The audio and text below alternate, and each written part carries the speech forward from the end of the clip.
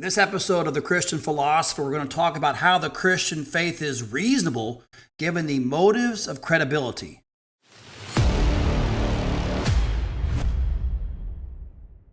What's up, everyone? Scott Sullivan here. We're talking about something very important. I've been doing a series of videos on the nature of Christian faith, at least classically understood.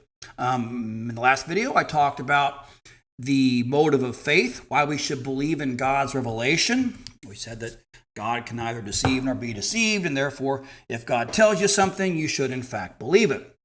But of course, that's not enough by itself. How do we know God has in fact said anything at all, right? It may be true that we should believe whatever God says.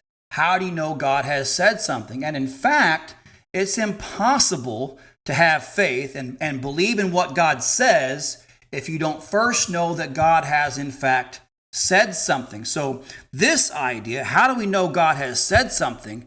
This is what we're talking about here in this video. And in this video, we're going to talk about what theologians call the motives of credibility. When you think of that word, think of reasons for believability. Why should we believe that God has in fact revealed himself?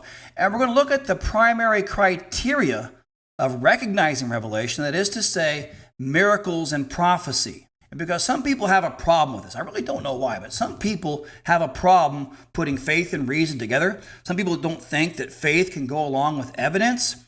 We're going to look at proof from Jesus himself that Christianity is in fact an evidence-based faith. And then we're going to look at proof from the church, that is to say the Catholic Church and her teachings from the Vatican Council I that also show that Christianity is in fact an evidence-based faith. And we're going to see how the motives of credibility work in conjunction with the motive of faith to form a sort of twofold basis, a twofold foundation for the rationality of Christian belief. All right, so let's take that first topic, the motives of credibility.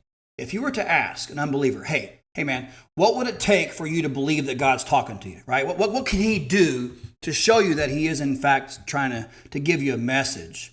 I think most unbelievers would appeal to things like miracles, right? Hey, if God would just write in the sky, hey, John, believe in me. Whoa, shoot, I can believe that God's talking to me now, right? So even unbelievers recognize that if a message is accompanied by miracles or just things that only God can do, let's say miracles and prophecy, if a message is accompanied with things like miracles and prophecy, then we have good reason to think that God is in fact speaking to us. And that's the idea behind these motives of credibility. We say that the primary criteria of revelation are miracles and prophecy. And this is important because we're talking about objective criteria here, not subjective. Subjective just means things inside of you and you only. So maybe, you say when you read the Bible, you get this warm feeling in your heart and you kind of just, I can just feel that the Holy Spirit's talking to me when I read the Gospels.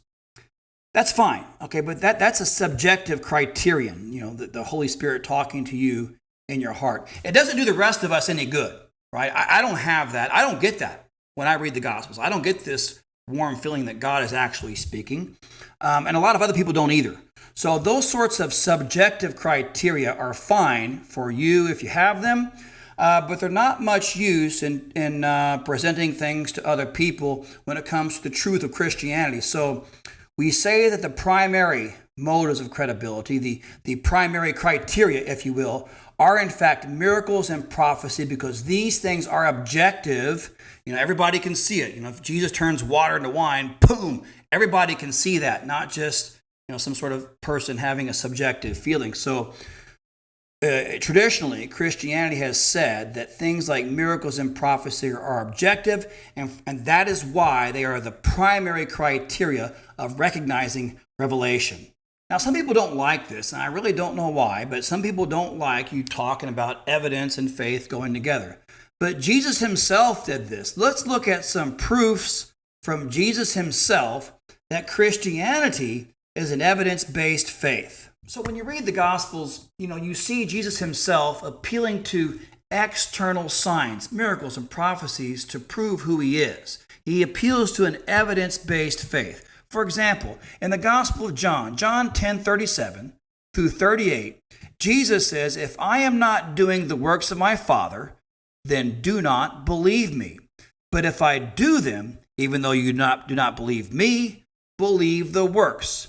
Also in John 15:24, if I had not done among them the works, which no one else did, they would not have sinned. And also Mark 16:20, and they went forth and preached everywhere, while the Lord worked with them and confirmed the message by the signs that attended it. We also see this in the epistles of Paul. In 1 Corinthians 15:17, it says, if Christ has not been raised, your faith is futile. In other words, if this miracle isn't true, if the resurrection of Jesus isn't true, then belief in Christianity is false and futile. So we can see, I think, that Jesus Christ himself is an advocate of an evidence-based faith, and we see this in the church as well. When you look at the documents of Vatican Council I, it says, in order that the obedience of our faith should be consonant with reason, God has willed that to the internal aids of the Holy Spirit, there should be joined, and here it is, external proofs of his revelation, namely divine facts, especially miracles and prophecies, which, because they clearly show forth the omnipotence and infinite knowledge of God, are most certain signs of a divine revelation and are suited to the intelligence of all. And then following up on that, later on in the Canons on Faith, it says, if anyone says that divine revelation cannot be made credible by external signs, this is again, miracles and prophecy, objective criteria, external signs, and that therefore men and women ought to be moved to faith only by each one's internal experience or private inspiration, let him be anathema. That is to say, it's heresy in the Catholic Church to say, we don't need miracles, we don't need prophecy. All we need to do to show the truth of Christianity is appeal to our own internal experience. That's false. That's not what Jesus did, and that's not what the church teaches either. We see another example of this in Pope Pius X's oath against modernism. This was an oath that the priest used to have to take when they were being ordained. And it says, I admit and recognize the external arguments of revelation, that is, divine facts, and especially miracles and prophecies as very certain signs of the divine origin of the Christian religion, and I hold that these same arguments have been especially accommodated to the intelligence of all ages and men, even of these times. All right, so now let's talk about how these motives of credibility combine with the motive of faith to kind of give us what I call a twofold rational foundation for Christian belief, okay? Why do you believe what God says? Because God is all truthful and can't lie. Why do you believe God has said anything? Well, because it came with miracles and prophecy. So we have a reason for believing both of those things. I can believe whatever God says because of the motive of faith. God can't lie. I believe God has said something because of these motives of credibility, and it came with miracles and prophecy. So the motive of faith can combine with the motives of credibility to kind of give us this twofold foundation for the rationality of Christian faith. The best way, I think, to kind of understand this point is if we make a syllogism. Now, a syllogism in logic, my wife calls it a syllogism, but a syllogism in logic is a statement that given two things are true, some third thing must also be true. Okay, so take this one, for example. Whatever God reveals is true. God has revealed the doctrine of the Trinity.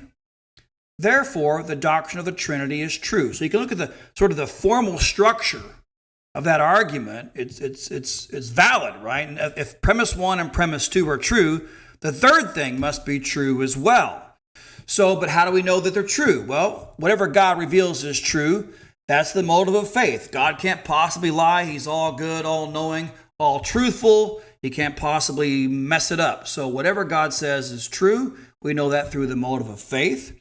And then God has revealed the doctrine of the Trinity. Well, we know that through the miracles and prophecy associated with the ministry of Jesus. So we know premise 1 from the motive of faith. We know premise 2 from the motives of credibility. And therefore the conclusion, the doctrine of the Trinity is true. All right, so that's what the motives of credibility are. Super important. As I've been saying all along, Christianity is not just based on subjective feelings. So any Christian, or honestly any non-Christian too, right? You should understand this idea that, at least traditionally speaking, Christianity is not appealing to things like blind faith or emotions. So we're appealing to things like miracles and prophecies to show that God has in fact revealed himself. In the next video, I'm going to talk about the nature of Christian prophecy.